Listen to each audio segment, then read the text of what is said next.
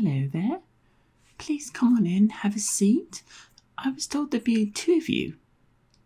Oh, it's just the one. Okay, well that's fine. Please go ahead and have a seat. Yes, go ahead. Would you like a cup of tea? Have some coffee if you'd like. I have some water as well, but it's a bit, it's just tepid water. It's not cold. Okay, all right. Well, if you change your mind, please let me know. I am an open book here. Welcome to my office. What brings you in today? I see. So you signed up for the Move and Ready program. Absolutely. This program is, it's something of a dying art, I'll say. It's been sort of an uphill battle to keep it going, but I am happy to help you. How did you find out about this? You looked at the website, and no one looks at the website anymore. Well, I'm very happy to assist you. So, my name is Basil. I am a psychologist here, and I would love to help you figure out whether you are moving ready for your new relationship. Okay, all right. So, within this program, what we're going to do is I'm going to talk a little bit about the basics first, right? What this is going to entail. Then I'm going to discuss, my qualifications, mainly because this program, I'm sure you've seen on the website, but the program is pretty geared towards lesbians and those women-loving women. However, it has been attempted to be broadened a bit, and it's a bit unsuccessfully, I'd say. But the primary focus tends to be with women-loving women, so a lot of the content is going to be related to that, and you may have noticed that I'm not a woman, so, a bit the qualifications is going to go over why I might be the person who's going over this stuff with you, okay? And then, of course, we're going to go through a simple test just to see where your mind's at in terms of general relationships. Then we're going to do a relationship identification. And this is mainly going to be, identifying the different relationships that your relationship could actually be. And this is really important because if I find that a lot of people do not know what kind of relationship they're in. I'll also tend to help you with flirting identification. That's very important before you move in, because flirting is one of the key aspects of new relationships generally, so it's just something to keep in mind. And lastly, I want to talk about dependents. Dependents are very, very important, because if you have any dependents, if you plan to have any dependents, then it really it changes how a relationship functions, and we need to know if you are ready for that kind of change. Okay? All right, well, since we're here then, let's go ahead and get started with your name. Now, of course, you signed up online, so I do have your name, but I would like just for you to confirm, / if you have any nicknames, anything like that. Perfect. That's why I ask. And could I get your age? Okay. I know, it's a bit of a... I need to know your age. It does affect some things, but it's really not that big of a deal. And could I get how you would describe your current relationship? Like, what label would you put on it? A situationship. Okay. How new is this relationship? Okay. Fairly new then. Okay. Can I get your address?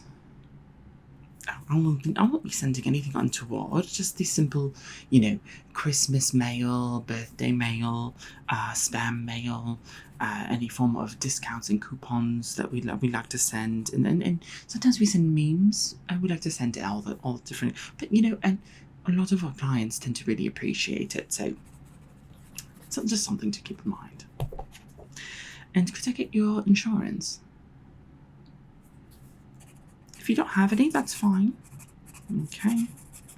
And this is just a fun little question I like to ask, just to get to know my patients / clients a bit more. What is your favourite Pokemon, if you have one? Okay. I know it's a difficult question. Okay. I find that it tends to say a lot about a person. There's over 1,000 of them, so picking a specific one and even not having one says a lot about a person, I would say. Okay, so let's talk a little bit about my qualifications.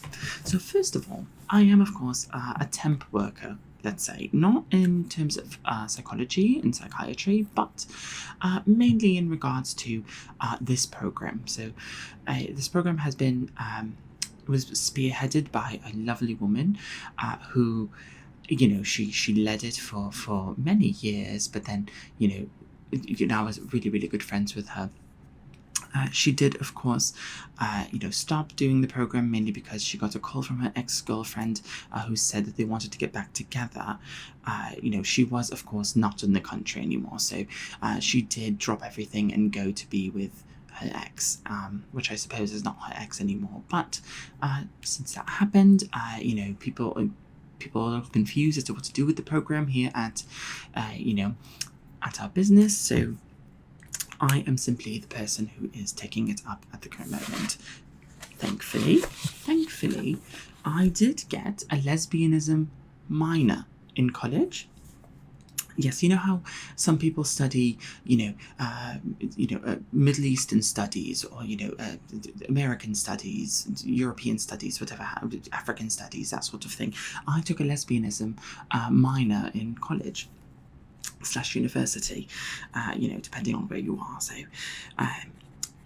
so I know a lot about it, but I find that I don't like to use a lot of that information, mainly because I find, I like to look at the person in front of me and not the statistics and the, the type of lesbian that's in front of me.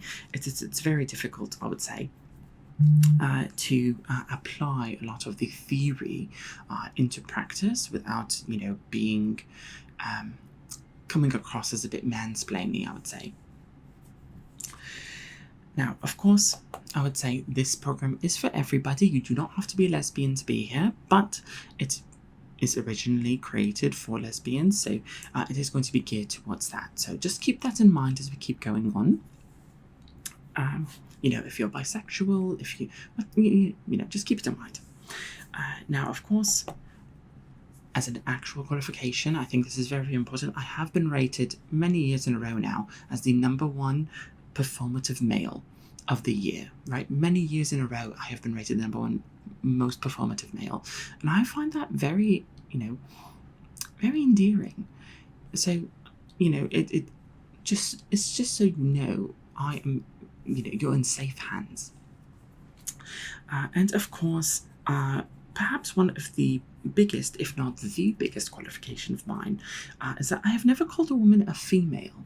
And I think that really says a lot about me. So with that, those are my qualifications. At this point, if you would like to, you don't think this would be a right fit, you think that perhaps, you might want someone else, then no hard feelings, you can totally leave. But I will have you know, I will take it a little bit personally, especially because I went ahead and tried to find my most lavender shirt possible. So really, it's think about it before you do it. Okay, I'll continue on then. Wonderful. So, are you ready for a simple test here? This is just for me to help identify how ready are you, what kind of person you are in regards to relationships, okay? So, with this, we're going to go ahead and move on to some technology here. Yes, I know, it's... I tend to like paper and pen, but, nowadays people, when they see paper, their eyes roll a little bit. So, are you familiar with the Rorschach test? Okay, so Rorschach test is just a series of images that I'm going to show you. These images are sort of blobs, right? And you are going to look at them and you're going to tell me what you see. Now, what I want you to keep in mind is relationships. The word relationships, as you look at every single one, how does what you're looking at relate to your relationship? Okay? So let's just go ahead and get started here. So, first of all, excuse me. So first of all, we have this. So this is the first image. Could you tell me what it is that you see here in regards to relationships? So So you have, of course, in a Rorschach test, it tends to be very symmetrical. You have this side here and this side here. So what is it that you see? Yeah, I'll put it closer for you.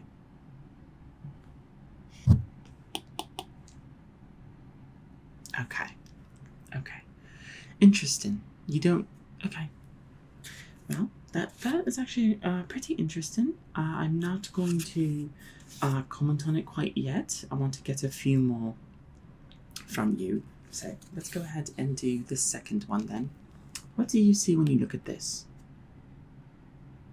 There is a not necessarily a correct answer, but if you find if you say a specific answer, I will know that you are very sex oriented. You can, oh dear Lord, me and technology simply do not work together, I must say. So here we go. What do you see when you look at this?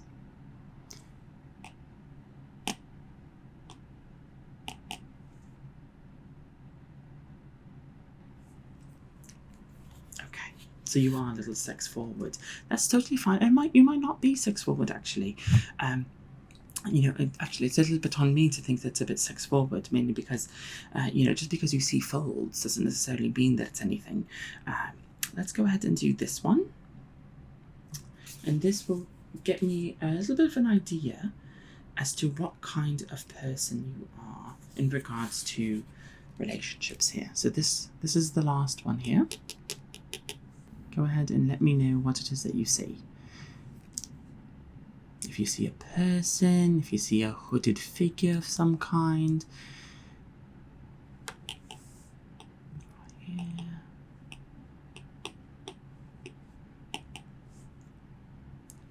You see sort of the Grim Reaper of relationships. I see. That says a lot, I'll say. Okay, well, thank you very much for that. I'm going to go ahead and write some notes here.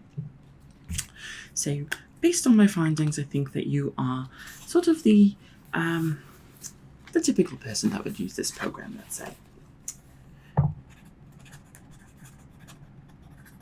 Okay. Thank you very much. Yes, a lot of my colleagues would tend to ask questions or, you know, try to get to know the person through conversation, but that's not what I am. It's not really what I do, because if I try to have a conversation with you, then you might think that we're on equal footing, and you know, I simply can't have that because my ego wouldn't let that happen. So this is something to keep in mind for you. So. Okay, so let's go ahead and discuss the next thing, which is flirting identification. We are going to go into another test in a second, but so can you identify what flirting is? Would just general question, yes or no? You're a bit unsure. Okay, so in your current relationship, which you call a situationship, a sort of new relationship, how would you describe the body language of your, you know, would-be partner? Okay. So I would say body language is one of the most important. If you are not paying attention, you know, maybe you should start. You know, are they mirroring you? Are they mirroring you? Are they being very open? Right? Are they being close to you? Those are all body language signs that they might be into you.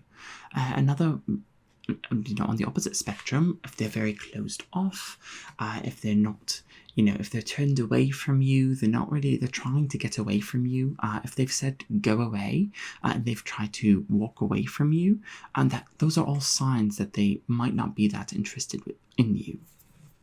So those are some things to keep in mind here. And of course, physical touch. I understand that depending on the person, depending on their socialization, physical, and depending on the culture even, let's just say, you might have different kinds of levels of physical touch, right? But is it more than normal, right, for the situation, right? Are they touching shoulder to shoulder? Are you hugging? Are you kissing? Are you French kissing? Those are all signs that they might be into you. So that's just something to keep in mind. If they give you little kisses on the forehead, if they run their fingers through your hair, if they, all very, very good and very useful things. Now, of course, this is the modern age, so I don't want to leave you high and dry, with Bumble and Hinge and Tinder. So let's talk about emoji use. Certain emojis have a flirtatious connotation compared to, their siblings. So if they use something like the winking eye emoji, the squirting emoji, I really don't suspect anyone would be using the eggplant emoji, but the peach emoji might be very useful. Those are all very, flirtatious emojis. Oh, and any emoji that has pink rosy cheeks could be. It's a little bit ambiguous because it could just be them being shy, but it could also, and they might just think the emoji's cute, but it could also be that they, find you a little bit attractive. You make them flush. So it is something to keep in mind. Now, of course, another thing to keep in mind is if you have sex with this person on a regular basis, they might like you. It is possible. It's not guaranteed, but it is possible.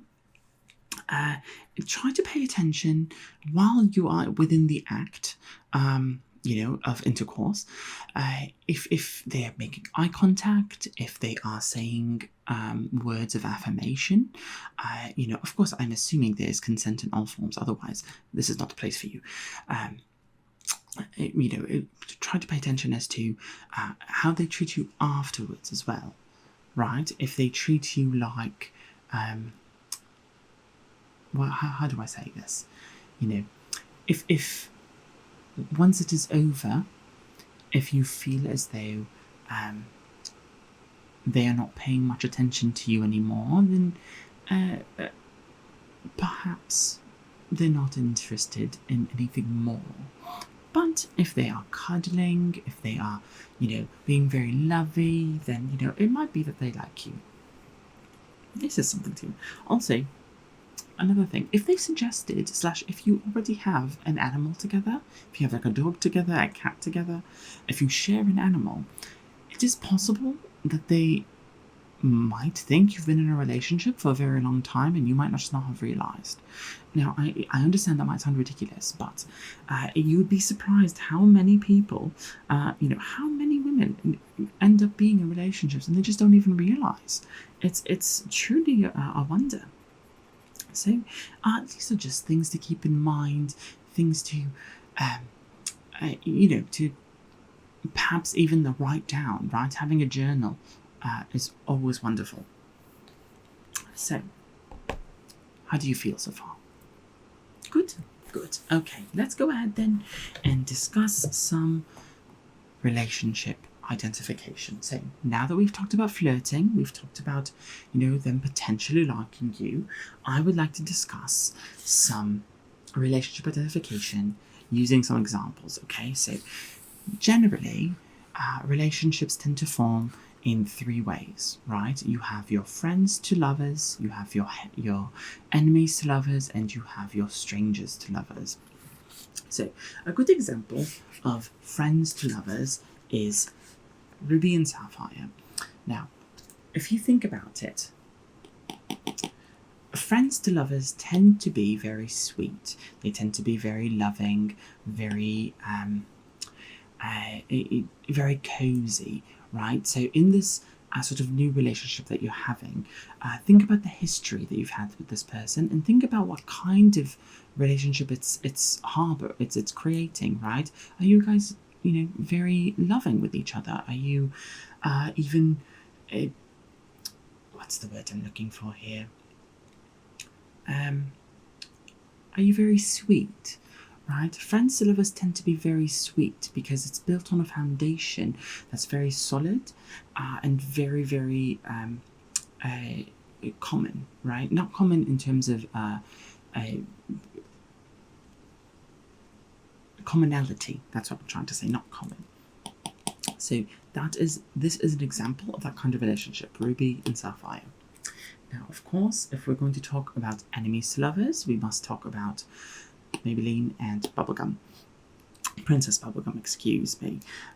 Now, I have to say, my children watch the show. I myself have only watched a little bit of it, so I haven't seen all the way through.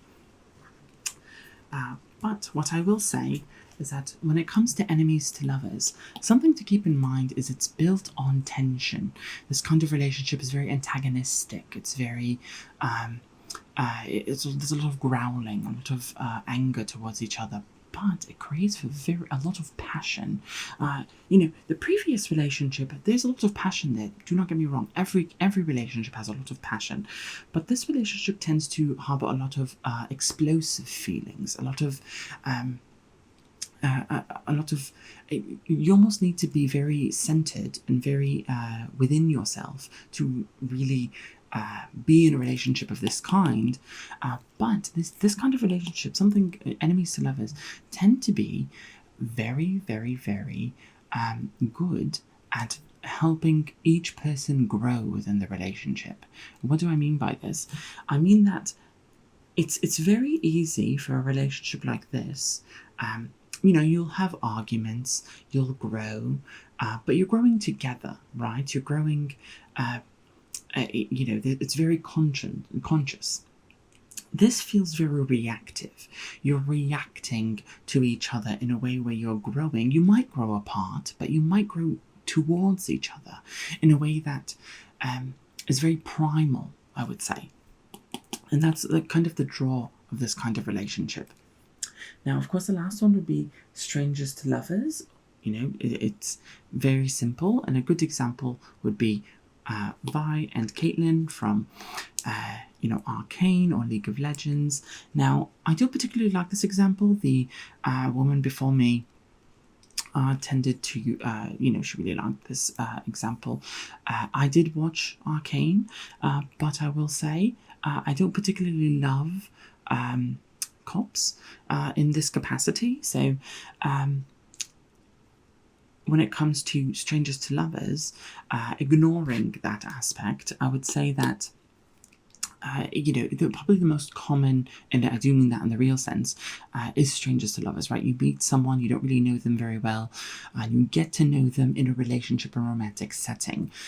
This tends to mean that you are two people who are, you're independent, and you're choosing to be dependent with each other in this capacity. The other two previously there's some relationship beforehand where there's some reliance on each other, whether it is to challenge the other or it's to, help each other. But this is, you're independent, you have your own goals, and you've simply found someone who can maybe not easily, but very nicely slot into your life in a way that improves it. Does that make sense? Okay, so those are the three main ones, I would say.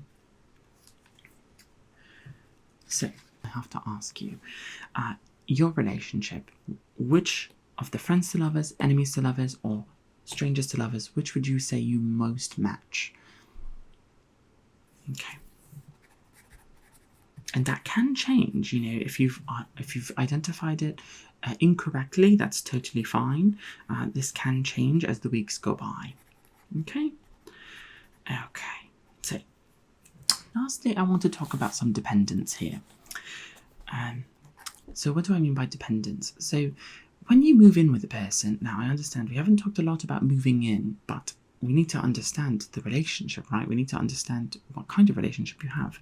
So if you have all of these identifications, if you feel very solid in your understanding of the relationship, you can think about moving in with the person, right?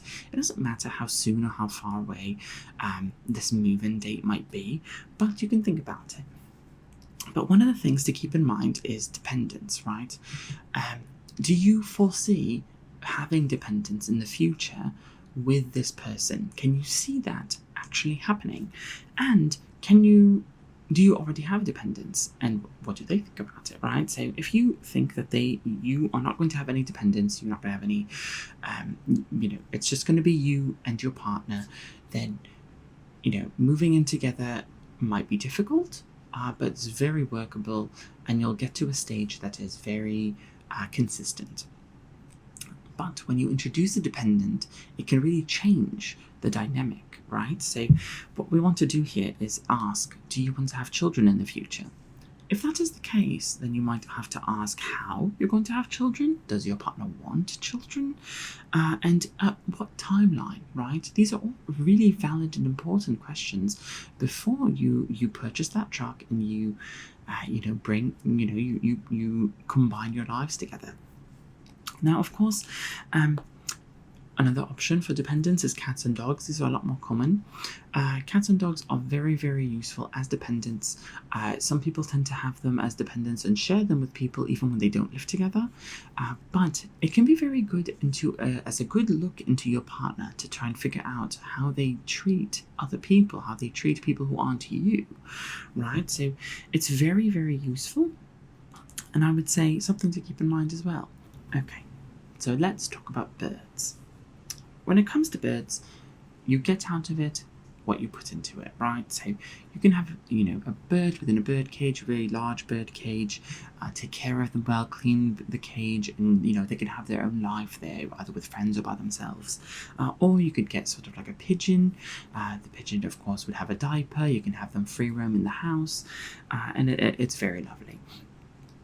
So one of these things birds can be very useful in terms of relationships, because you can try and figure out what kind of developmental plan you would like to have with your partner when it comes to the bird, right? Do you want to have a bird that's free roaming? Do you want to have chickens that live in the yard? Do you want to have, birds that are in a cage that have their own space? What best fits for your relationship? And these are all questions that you need to ask and you need to answer, all right?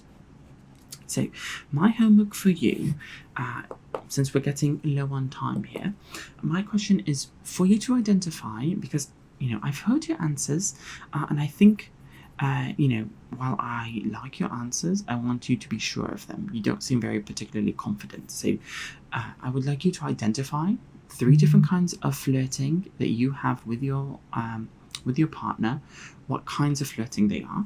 I would also like you to discuss your relationship identification with your partner. Okay? These are simple things. And then when you come back, we'll discuss them and we'll go from there. Okay? Okay. Well, with that, I think that is everything that I have for you today.